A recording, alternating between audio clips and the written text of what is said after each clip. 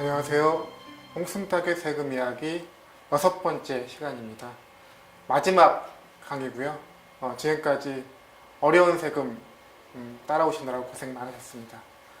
앞서 5강까지는 공평과세 과제를 다뤘습니다. 법인세, 소득세, 그리고 부동산 보유세.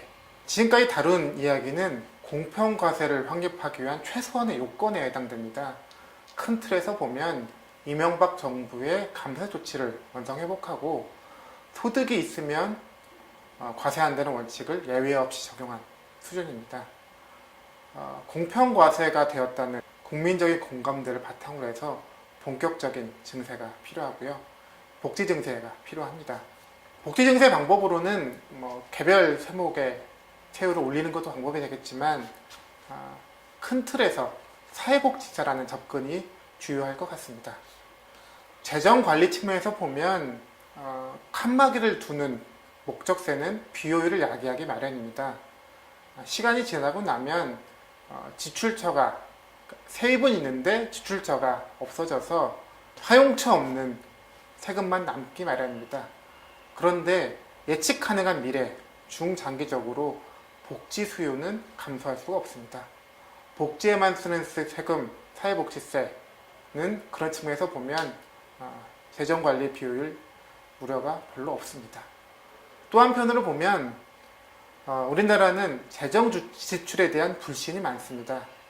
4대강 사업부터 시작해서 쓸데없는 국방 지출까지 우리가 소중하게 낸 세금을 엉뚱한 곳에 쓸 것이라는 그런 우려가 많이 있습니다. 그래서 특별회계 방식으로 목적세로 거두어서 특별회계 방식으로 쓰는 사회복지세는 이런 재정 불신을 넘어서기 위해서도 주요한 방법이 됩니다. 구체적으로 사회복지세 세원을 확보하는 방법으로는 직접세인 법인세, 소득세, 상속증여세, 거기다가 종합부동산세까지의 20% 세금을 부과하는 방식이 될 것입니다. 손쉬운 증세 방법으로 부가가치세 증세가 논의가 많이 되는데 아직까지 우리나라는 직접세 비중이 OECD 국가에 비교해 낮은 편입니다. 그래서 증세를 한다고 하면 직접세 중심이 되어야 됩니다. 또 한편으로 보면 우리나라는 조세를 통한 소득 불평등 개선 정도가 현저하게 낮습니다. 그런 측면을 고려하더라도 직접세 중심의 증세 방안이 필요하고요. 그래서 법인세, 소득세, 상속증여세 때에 따라서는 종합부동산세는 제외할 수도 있을 것 같습니다. 왜냐하면 지금까지 다뤘던 공평과세 과제가 모두 실현된다고 하면 보유세 같은 경우는 감세 원상회복을 넘어서서 추가 증세까지 이루어지기 때문에 사회복지세에서는 종합부동산세를 제외할 수도 있을 것입니다. 하지만 그 부분은 보유세가 어느 정도 정상화되냐에 따라 달라질 것 같고요. 대략 보면 2015년 기준으로 해서 법인세, 소득세, 상속증여세 합계가 대략 110조 원 정도 됩니다. 공평과세가 이루어진다고 하면 여기에 추가로 법인세와 소득세에서 약 20조 원 정도 세금이 늘어나고요. 그래서 130조 원이 모수가 됩니다. 여기에 20%를 걷는다고 하면 대략 사회복지세의 세수는 26조 원 정도 될 것으로 예상이 됩니다. 사회복지세 장점은 여러 가지가 있습니다. 앞서 말씀드린 것처럼 목적세로 걷어서 특별회계로 관리한다고 하면 재정 지출에 대한 불신을 극복할 수 있습니다. 두 번째는 종합소득, 근로소득, 양도소득, 법인세, 상속증여세에 부과되기 때문에 현재 그 세금을 내는 모든 사람이 증세에 참여하는 세금이 됩니다. 보편 증세로서의 성격도 가지게 됩니다. 그리고 우리나라 현재 종합소득, 근로소득, 법인세 모두 누진과세의 구조로 설계되어 있습니다. 그 세금의 20%를 부과하기 때문에 현재의 누진 구조를 그대로 반영하게 됩니다. 누진과세 성격을 가지고 있다는 것도 역시 사회복지세의 장점 중에 하나가 됩니다. 이렇게 사회복지세를 거두면 많은 세수가 확보되는데 복지증세 과제로 하나 더 고려할 게 하나 있습니다. 복지 증세 저변 확대가 필요 없을까에 대한 고민인데요. 요즘 논란이 많이 되고 있는 표입니다. 근로소득 과세 대상자와 과세 면제자의 현황인데, 오른쪽에 보시는 것처럼 근로소득 과세 면제자의 숫자가 800만 명입니다. 전체 근로소득자 대상자가 1600만 명을 좀 넘으니까 약 절반 정도가 근로소득세를 내지 않고 있습니다.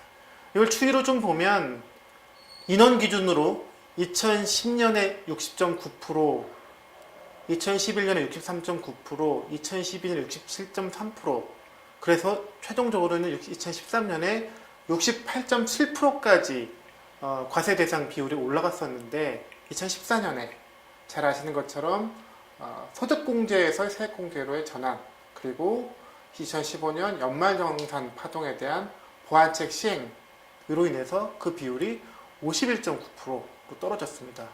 총 급여 기준으로도 마찬가지고요. 2013년에 90%를 넘었었는데 그 비율 역시 78% 수준으로 떨어졌습니다. 그림에서 드러나듯이 점차 개선되던 근로소득 과세 면제자 비율이 급속히 나빠졌습니다. 사실 이 서민 증세의 성격이 있기 때문에 좀 조심스러운데요. 저희가 지금까지 공평과세의 과제를 다뤘고, 또 20%의 사회복지세 증세까지 이루어진다는 전제하에서 보면 근로소득 과세 면제에 대한 증세도 고민을 해봐야 될 것 같습니다.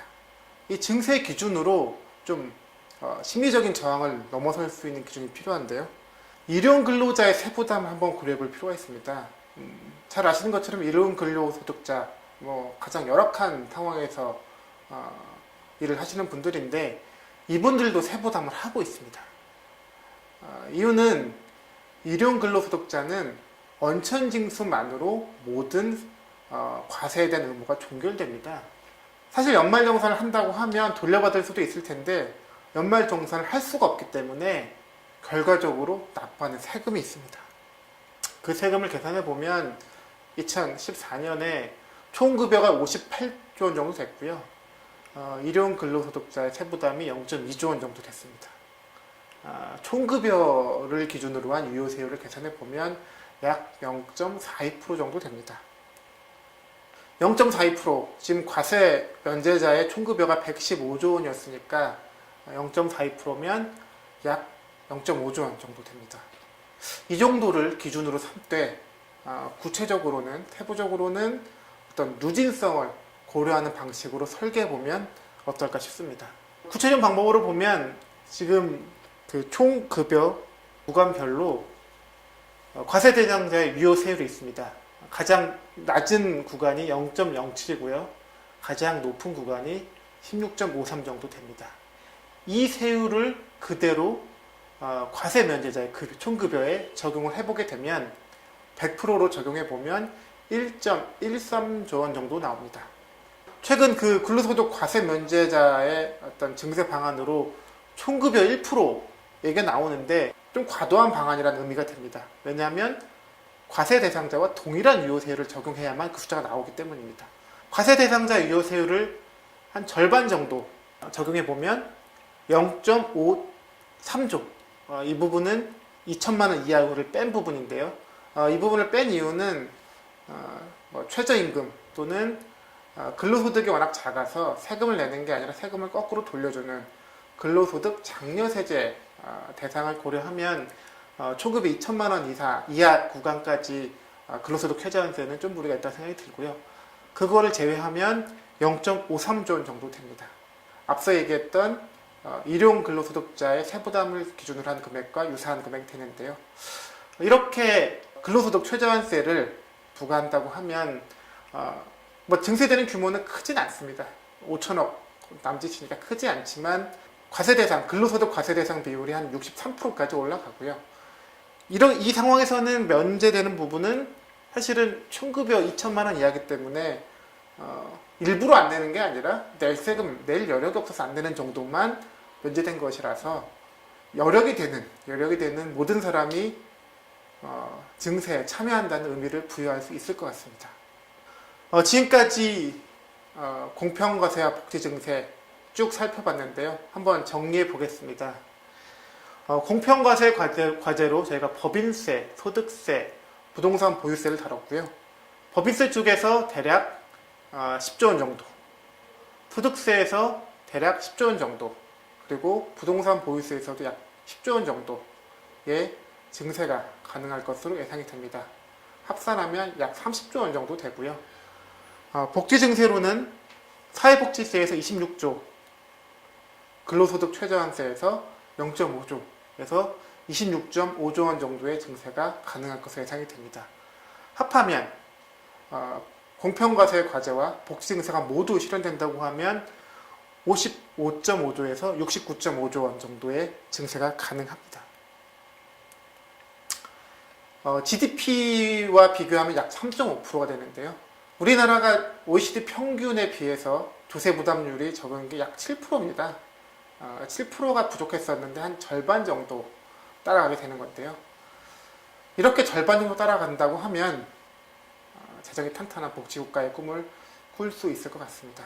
지금까지 총 6차례에 걸쳐서 공평과세와 복지증세라는 이름으로 세금에 대해서 살펴봤습니다. 시청해주셔서 감사합니다.